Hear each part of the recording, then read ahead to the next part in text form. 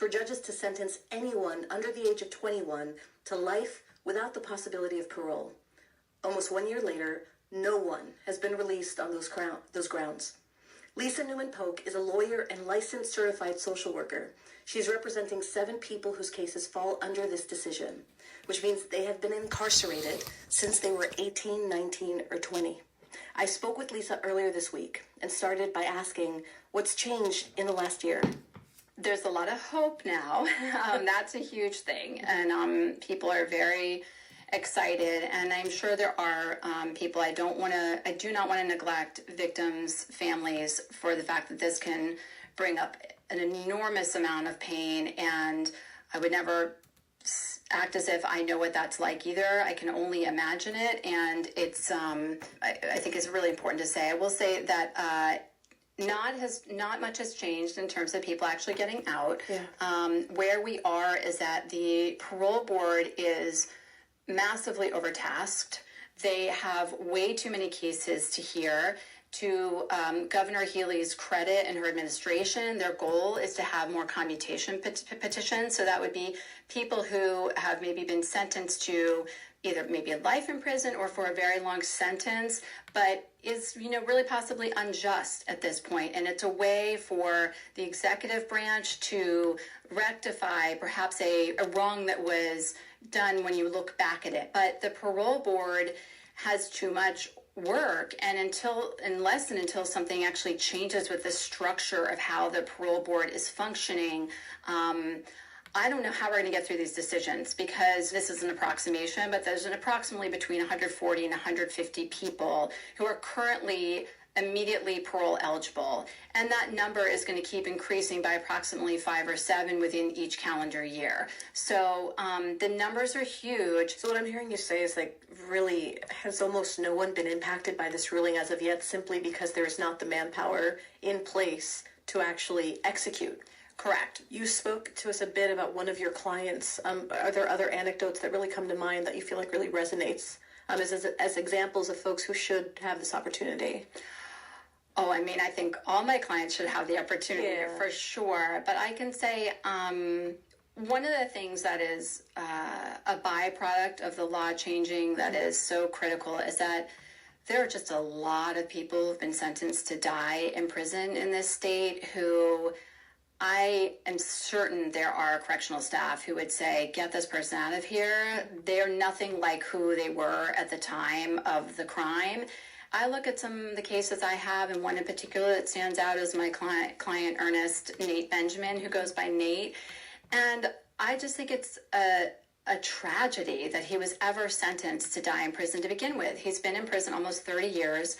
When he was 20 years old, he shot someone and that person died. But the backstory to that, first of all, Nate grew up in so much dysfunction, so much child abuse. He has given me permission to talk about his case. He was physically abused. He was sexually abused. He was very mentally abused.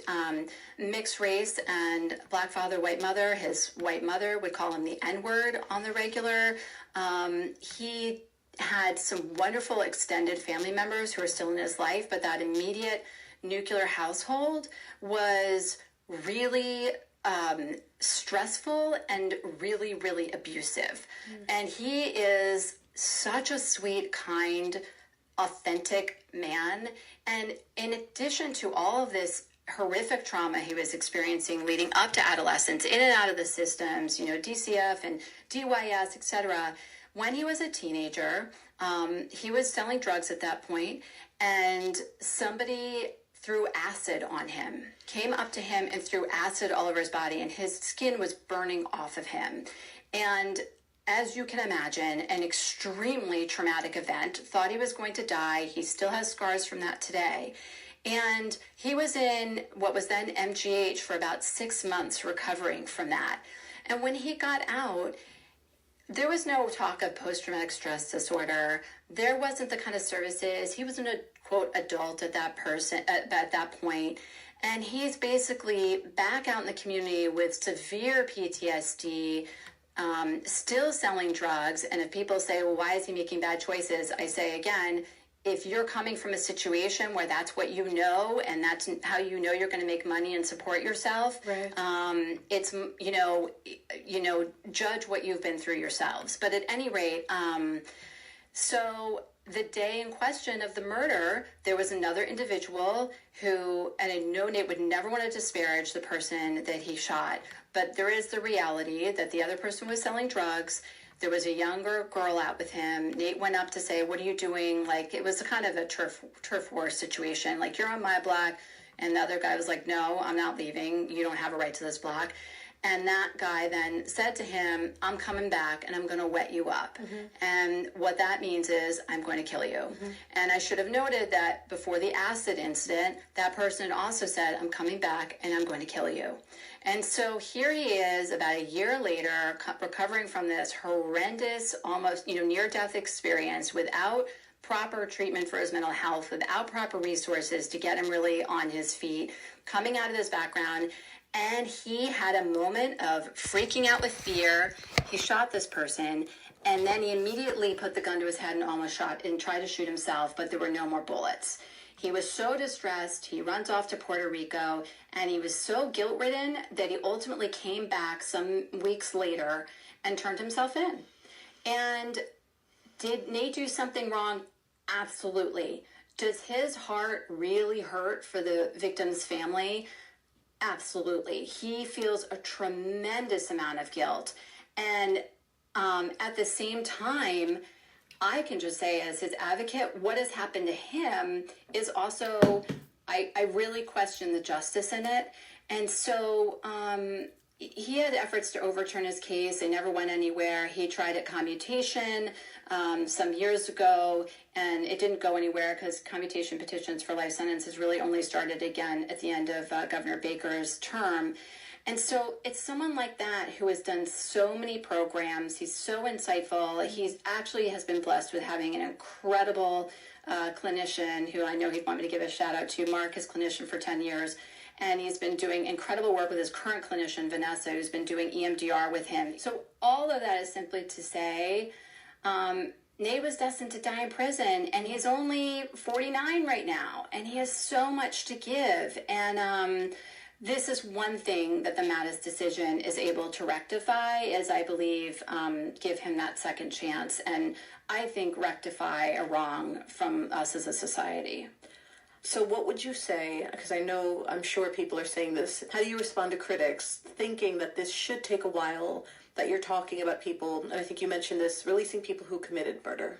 Right, and I actually really understand people who don't come from a world where they know a lot of people who have committed murder, especially at a young age, or who have been convicted, I should say, in some cases of murder at a young age, that there can be this, like, why should we care kind of feeling.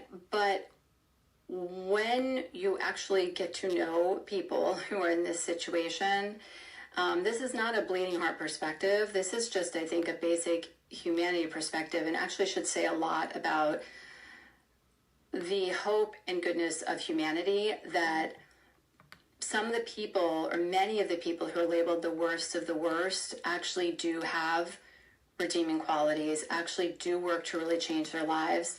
And also the people who may be potentially long-term, not capable of returning to society without harming, will not be let out by and large. I mean, that's why the parole board puts a lot of thought and time into assessing these cases. But you just see people and go, wow, they can be really contributing members of society. Nate and my other clients are all, I really believe, going to be great contributing members of society. Yeah. So Lisa, what happens now, and what would you do to fix this circumstance? Right. So, I mean, I think that there is a lot that the legislature and governor could work with the parole board on doing to make it so that the parole board can do their work more effectively and efficiently. And in my view, the parole board should be, for lifer cases, should be diminished from 7 members to 5. That still gives you an odd number. And frankly, for a lot of the time that I've been before the board over the last 8 years, there have only been 5 members because a person had to recuse themselves or because they just didn't have the slots filled on the parole board. And It worked fine. The hearings are extremely long because every single person has to ask questions. So if you reduce it to 5, you have less people asking questions, and you can have those 5 focus only on lifer cases, and that can give them the opportunity to not be driving around the state or being distracted by the non-lifer cases. Then I think if you move 2 people from that 7-person board, take 2 away, so you have the 5, and move them into non-lifer cases, I think you could add only a handful of board members and have them be different boards. So a lifer board and then a state prison non-lifer board. And then for the county, the jail, we're talking people who at maximum are doing 2.5 years. Yeah. So when they see the parole board, they usually have a year or sometimes like a month or 2 months left on a sentence. In my view, I think that we would be most effective with our resources if we were to essentially have caseworkers, social workers, or social service experts be in those specific jobs, working exclusively on reentry planning and coming up with the best outcomes.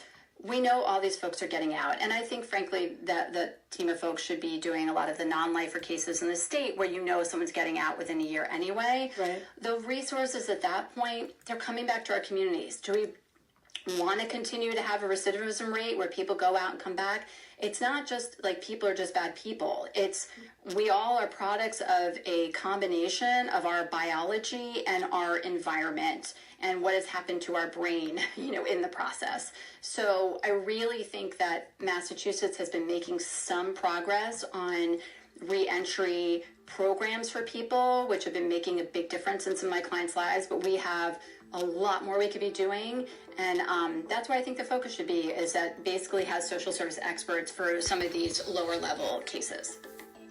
That was Lisa Newman Polk, lawyer and certified social worker. After the interview, Lisa sent us audio of her client that she spoke about, Nate. This recording was made in 2019 before the Massachusetts Supreme Judicial Court decision. Before I was incarcerated, I was on a slope of destruction and despair. But today, like I said, I value myself, I value people, and I'm a man of wisdom and integrity and love, and I aim to continuously grow each and every day in any way that I can. I'm going to do everything in my power to give back. We'll have more in a moment. I'm Cristela Guerra. You're listening to Radio Boston. I'm Meghna Chakrabarty. One of the things I